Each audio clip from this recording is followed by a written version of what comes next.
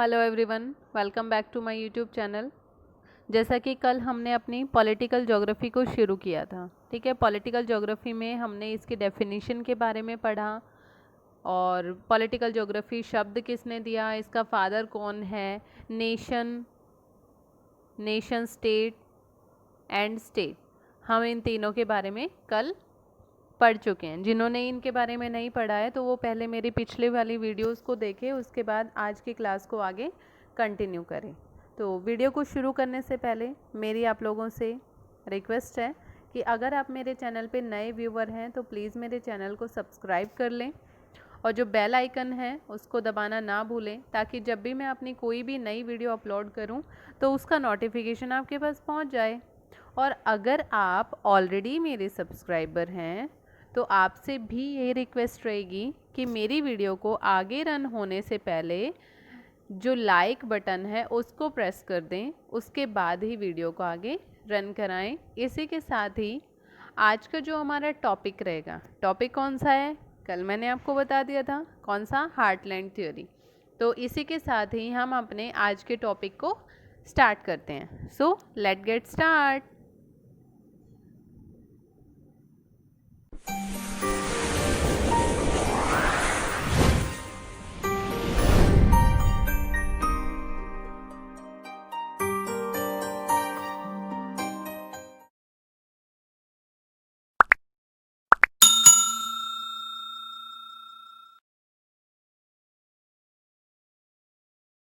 Heartland theory की बात हम कर रहे हैं। तो जो हार्टलैंड थ्योरी थी ना, सबसे पहला जो हमारे सामने क्वेश्चन इसमें से खड़ा होता है वो यही होता है कि हार्टलैंड थ्योरी दी किसने थी। सबसे मेन जो क्वेश्चन होगा हमारा इस थ्योरी में से यही होगा। तो आप याद रखिए, जो ये थ्योरी थी ना, ये दी थी आपके हेल्फर्ड जॉन मैकाइंडर ने, ठीक है। हेल्फर्ड जॉन मैकाइंडर ने ये थ्योरी दी थी, ये सिद्धांत प्रतिपादित किया था, प्रस्तुत किया था। उसके बाद फिर बात आती है, इनके बारे में ये बताया जाता है कि 1904 में 1904 में मैकाइंडर ने ना रॉयल ज्योग्राफिकल सोसाइटी के सामने, किसके सामने, रॉयल ज्योग्राफिकल सोसाइटी के सामने अपना एक एस्से, आप उसको बोल सकते हो,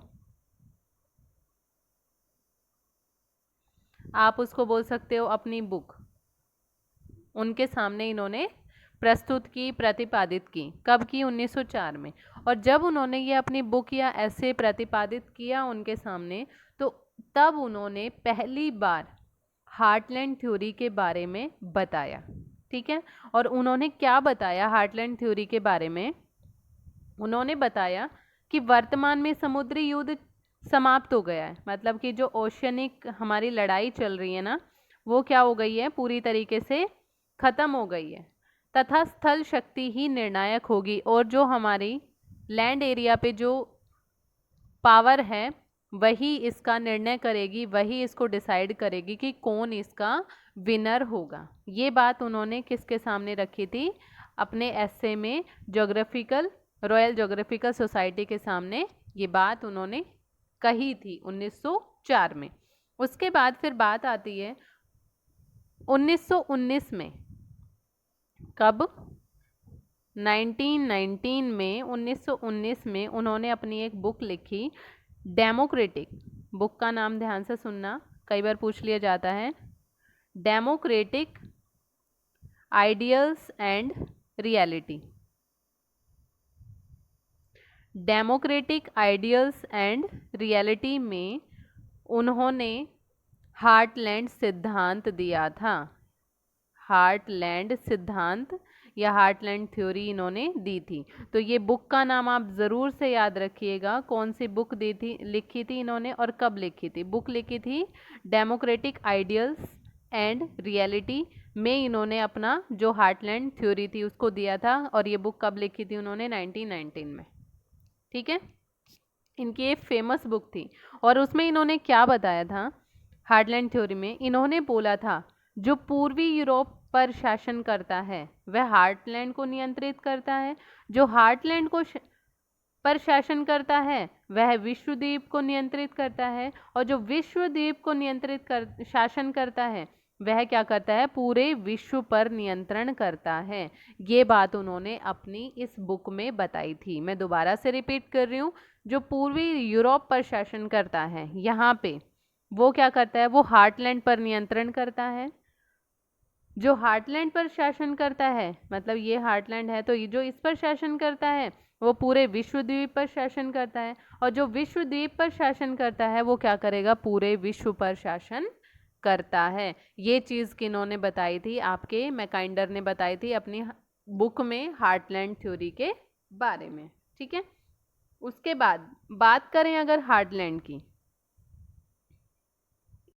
उसके बाद अगर बात करें हार्टलैंड की, तो देखिए ये वाला जो एरिया आपको दिख रहा है, मैं पेन चेंज करती हूँ, आपको दिखाई नहीं देगा इस कलर में, सेम कलर हो गया। ये वाला जो एरिया आपको दिख रहा है ना, लैंड पावर, ये क्या है, आपका हार्टलैंड है। ठीक है, अब इसके बारे में आपके मैकाइंडर ने क्या बताया, यूराल के पूर्व से लेकर लीना नदी का रूसी क्षेत्र, मध्य व निचला डेन्यूब का मैदान, ठीक है, एशिया माइनर, तिब्बत तथा मंगोलिया का क्षेत्र सम्मिलित रूप से हार्टलैंड कहलाते हैं। मतलब ये यहाँ से लेकर और यहाँ तक का ये कंप्लीट एरिया क्या कहलाता है, सम्मिलित रूप से आपका हार्टलैंड कहलाता है। इन्होंने ये बात कही। उसके बाद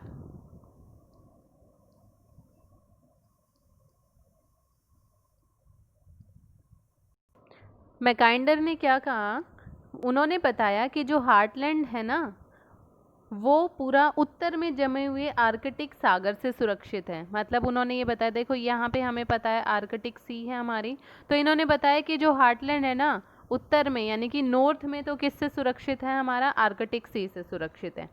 दक्षिण में, पश्चिम में और पूर्व में अगर बात करें तो यहाँ पे क्या है, इनके पर्वत और पठार हैं, तो इन चीज़ों से ये नीचे की साइड से जो 3 डायरेक्शन बच गई वहाँ से ये सुरक्षित है। तो इस तरीके से उन्होंने क्या बताया कि जो पूरे तरीके से हमारा हार्टलैंड सुरक्षित है, और यहाँ इसमें अगर एंटर कर सकते हैं तो कहाँ से कर सकते हैं, जो यूराल पर्वत से कैस्पियन सागर के बीच में जो हमारा स्टेपिस घास के मैदान है, यहाँ पे जो स्टेपिस घास के मैदान है उन्हीं के थ्रू इसमें अंदर एंटर किया जा सकता है। और पहली बार जो फर्स्ट वर्ल्ड वॉर हुआ था ना हमारा, फर्स्ट वर्ल्ड वॉर में पहली बार क्या हुआ था, जर्मनी ने, किसने, जर्मनी ने रशिया पर इसी रास्ते से जाकर वहाँ पे अटैक किया था। तो मतलब कहने का ये है कि ये पूरे तरीके से ढका हुआ है, छिपा हुआ है, बस अगर इसमें एंटर होना है हार्टलैंड में तो किसके थ्रू जाना पड़ेगा, जो कैस्पियन सागर और यूराल माउंटेन है उसके बीच में जो आपका स्टेपिस घास के मैदान है, ठीक है, उन्हीं के थ्रू आप इसमें एंटर हो सकते हो, बाकी कोई अदर वे नहीं है। अतः यदि किसी राष्ट्र का, और इसके बाद इन्होंने क्या बताया मैकाइंडर ने, उन्होंने कहा कि इस तरीके से अगर किसी भी नेशन का इसके ऊपर कंट्रोल हो जाता है तो वो क्या हो जाएगा, पूरा का पूरा नेचुरली रूप से अभेद्य हो जाएगा, मतलब कि पूरा हार्टलैंड हो जाएगा और उसको कोई भी हरा नहीं पाएगा। क्योंकि कोई रास्ता नहीं है उनके ऊपर अटैक करने का, एक ही मेन रास्ता है। तो इस तरीके से वो क्या हो जाएगा, अपने आप को एक हार्ट में छुपा लेगा, अपने आप को पूरा प्रोटेक्ट कर लेगा, अभेद्य हो जाएगा। तो इस तरीके से उन्होंने अपनी सिद्धांत में ये विश्व प्रसिद्ध सूत्र दिया था। ठीक है, उसके बाद ये सिद्धांत तो इन्होंने दे ही दिया था, फिर उसके बाद मैकाइंडर ने इसमें क्या किया था, थोड़ा संशोधन किया। ठीक है, जब इन्होंने संशोधन किया ना, तो जो इन्होंने लीना लैंड की बात की थी, यानी कि लीना लैंड इन्होंने किसको बोला था, लीना नदी के बेसिन को बोला था, उसमें से उसको लीना लैंड को इन्होंने इसमें से अपने हार्टलैंड में से निकाल दिया था, मतलब बाहर कर दिया था, और उसकी जगह इन्होंने किसको यूज़ कर लिया था, मिडलैंड बेसिन को, मिडलैंड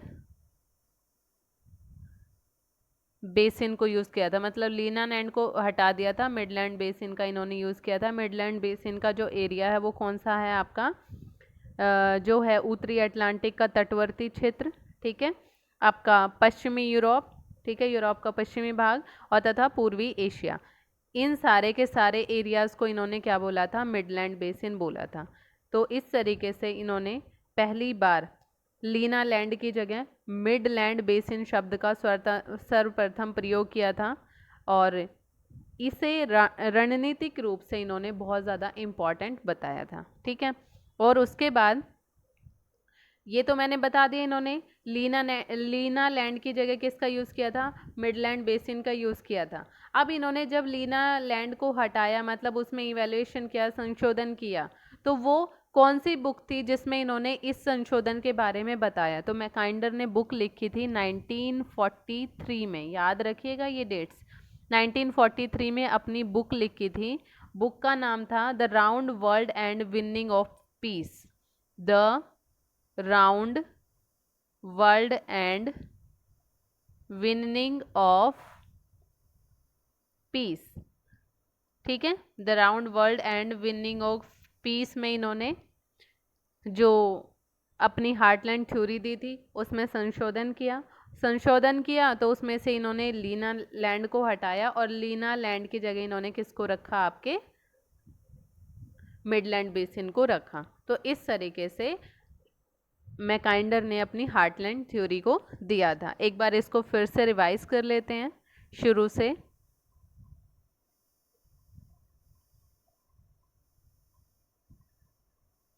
सबसे पहले बात आती है हमारी हार्टलैंड थ्योरी की। तो हार्टलैंड थ्योरी जो दी थी वो किसने दी थी, आपके हेल्फर्ड जॉन मैकाइंडर ने दी थी। ठीक है, हेल्फर्ड जॉन मैकाइंडर ने ये थ्योरी दी। उसके बाद इन्होंने ये जो थ्योरी दी थी या इस थ्योरी के बारे में उन्होंने कहाँ बात की, तो उन्होंने एक ऐसे प्रस्तुत किया था या उन्होंने अपनी बुक रिप्रेजेंट की थी रॉयल ज्योग्राफिकल सोसाइटी के सामने। उसमें इन्होंने पहली बार अपने हार्टलैंड थ्योरी के बारे में बताया। फिर उसके बाद मैंने बताया कि उन्होंने कैसे कैसे बताया था हार्टलैंड के सिद्धांत के बारे में। ठीक है,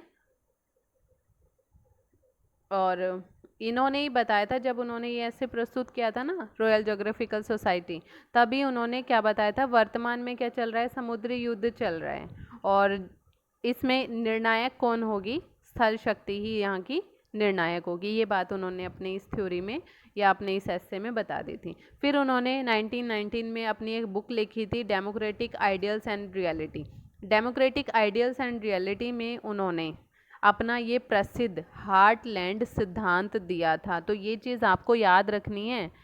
जो रॉयल ज्योग्राफिकल सोसाइटी जो एस्से या इन्होंने अपनी बुक लिखी थी ना उनके सामने, उसमें तो सिर्फ इन्होंने जिक्र किया था किसके बारे में, हार्टलैंड के बारे में, और उसमें सिर्फ इन्होंने ये बताया था कि जो वर्तमान समुद्री युद्ध है ना वो समाप्त होने वाला है और इसके निर्णायक कौन रहेगी, स्थल शक्ति ही रहेगी। लेकिन इन्होंने जो ये हार्टलैंड थ्योरी दी थी एक्चुअल में वो कब दी थी, 1919 में दी थी। और 1919 में इन्होंने अपनी बुक लिखी थी, कौन सी, democratic ideals and reality. Democratic ideals and reality में उन्होंने अपनी हार्टलैंड थ्योरी को दिया था। उसके बाद इन्होंने बता दिया था जो पूर्वी यूरोप पर शासन करता है वह हार्टलैंड को नियंत्रित करता है, जो हार्टलैंड पर शासन करता है वह विश्व द्वीप पर नियंत्रण करता है और जो विश्व द्वीप पर शासन करता है वह विश्व पर शासन करता है। तो इस तरीके से उन्होंने अपनी ये थ्योरी दी थी। उसके बाद फिर इन्होंने इस तरीके से, देखिए ये लैंड पावर मैंने दिखा रखी है यहाँ पे, जो लैंड पावर लिखा है वही है आपकी हार्टलैंड थ्योरी। तो इसमें इन्होंने क्या बताया था कि जो यूराल के पूर्व से लेकर लीना नदी तक का रूसी क्षेत्र, मध्य व निचला डेन्यूब का मैदान, एशिया माइनर, तिब्बत तथा मंगोलिया, ये सारे के सारे सम्मिलित रूप से क्या कहलाते हैं, आपके हार्टलैंड कहलाते हैं। उसके बाद मैकाइंडर ने बताया था कि जो हार्टलैंड थ्योरी है ना, वो हार्टलैंड थ्योरी नहीं, जो हार्टलैंड है वो उत्तर में तो आर्कटिक सी है हमारी, उससे सेफ है, दक्षिण में, पश्चिम में और पूर्व में पूरे आपके माउंटेनियस एरियाज़ हैं, प्लेट्यूज़ हैं, तो प्राकृतिक रूप से ये पूरी तरीके से सुरक्षित हैं। और अगर आप इसमें एंटर करना चाहते हैं तो आप किस तरीके से एंटर कर सकते हो, जो यूराल माउंटेन है हमारा, वहाँ उसके बीच में और कैस्पियन सी के बीच में से एक रास्ता निकलता है, वहाँ पे स्टेपीज घास के मैदान पाए जाते हैं, उसके थ्रू ही आप इसमें एंटर कर सकते हो यहाँ से, अदरवाइज़ आप इसमें एंटर नहीं कर सकते हो, सिर्फ एक ये सिंगल रास्ता है इसमें एंटर करने का, ठीक है। और इन्होंने बताया कि जब फर्स्ट वर्ल्ड वॉर हुआ था तो जर्मनी ने इसी रास्ते के जरिए अंदर आकर रशिया पर अटैक किया था, ये बात उन्होंने अपनी इस थ्योरी में बताई, ठीक है। इस तरीके से उन्होंने क्या बताया कि अगर किसी का कंट्रोल किसके ऊपर हो जाता है, हार्टलैंड या लैंड पावर के ऊपर कंट्रोल हो जाता है तो वो पूरी तरीके से अभेद्य हो जाएगा, उसको कोई हरा नहीं सकता, उसको कोई सर्च नहीं कर पाता, ठीक है। तो इस तरीके से उन्होंने ये विश्व प्रसिद्ध सूत्र दिया था। फिर उसके बाद मैकाइंडर के दिमाग में आया कि नहीं, मुझे कुछ इसमें से संशोधन करना चाहिए, इसमें मुझे कुछ चेंज करना चाहिए। तो उन्होंने 1943 में अपनी एक बुक लिखी थी, the round world and winning of peace, ठीक है। उन्होंने ये बुक लिखी और उसमें इन्होंने संशोधन किया, किसमें, अपनी हार्टलैंड थ्योरी में। हार्टलैंड थ्योरी में जैसे कि इन्होंने लीना लैंड क्षेत्र बताया था ना, अभी अभी थोड़ी देर पहले हम पढ़ रहे थे, तो इन्होंने उस लीना लैंड को हटा दिया और उसकी जगह इन्होंने किसको ले लिया था, मिडलैंड बेसिन को ले लिया था, ठीक है। मिडलैंड बेसिन को इसमें एंटर कर लिया था। मिडलैंड में हम किसको देखेंगे, कौन सा एरिया आएगा उसमें, उत्तरी अटलांटिक का तटवर्ती क्षेत्र, पश्चिमी यूरोप और पूर्वी यूएसए, ये सारे के सारे आएंगे। तो इस तरीके से उन्होंने सर्वप्रथम इस शब्द का, किसका, मिडलैंड बेसिन का प्रयोग करते हुए इसे रणनीतिक रूप से महत्वपूर्ण बताया। तो आपसे यही क्वेश्चन क्या बनेंगे, अब मैं वही बता देती हूँ। कई बार क्वेश्चन पूछ लिए जाते हैं कि संशोधन कब किया मैकाइंडर ने, तो कब किया था, 1943 में। 1943 में जब संशोधन किया तो उन्होंने अपनी कौन सी बुक लिखी थी, तो बुक का भी नाम याद रखना, the round world and winning of peace में संशोधन किया। संशोधन में किसको हटा के किसको एंटर किया था, तो लीना लैंड को हटा के मिडलैंड बेसिन को इन्होंने ऐड किया था, ठीक है। आपका ये भी पूछा जा सकता है, जो हार्टलैंड है उसमें कौन से एरिया को इन्होंने माना, तो ये चीज़ आपको इस मैप में भी दिखाई दे रही है, इन्होंने लैंड पावर कौन से एरिया को माना है या हार्टलैंड किसको माना है, वो चीज़ आप याद रखेंगे। उसके बाद इन्होंने किसके सामने अपना ऐसे रिप्रेजेंट किया था, तो ज्योग्राफिकल सोसाइटी के सामने इन्होंने अपना ऐसे रिप्रेजेंट किया था और उसमें उन्होंने क्या बताया था कि युद्ध चल रहा है और इस समुद्री युद्ध चल रहा है और इसमें विजेता कौन होगा, आपका स्थल शक्ति ही इसकी निर्णायक होगी, विजेता होगी, ठीक है। फिर आपसे क्वेश्चन जो मेन है वो यही पूछा जाएगा कि मैकाइंडर ने अपनी कौन सी बुक में हार्टलैंड थ्योरी दी थी और कब दी थी, तो 1919 में इन्होंने अपनी बुक लिखी थी, डेमोक्रेटिक आइडियल्स एंड रियलिटी, उसमें इन्होंने हार्टलैंड थ्योरी को दिया था। तो ये कंफ्यूज मत होना, कई सारी बुक्स के भी नाम आए हैं, कई ईयर्स भी इसमें 2-3 आ गए हैं, तो कंफ्यूज होने की बात नहीं है। हार्टलैंड थ्योरी का सीधा साधा सा आंसर है डेमोक्रेटिक आइडियल्स एंड रियलिटी, 1919 में हार्टलैंड थ्योरी इन्होंने अपनी दी थी, ठीक है। तो इस तरीके से आपकी हार्टलैंड थ्योरी यहाँ पे फिनिश हो जाती है। इसके बाद आपकी जो नेक्स्ट थ्योरी आएगी वो है आपकी रिमलैंड थ्योरी। तो नेक्स्ट क्लास में हम अपनी करेंगे रिमलैंड थ्योरी। आज के लिए इतना ही, थैंक यू सो मच।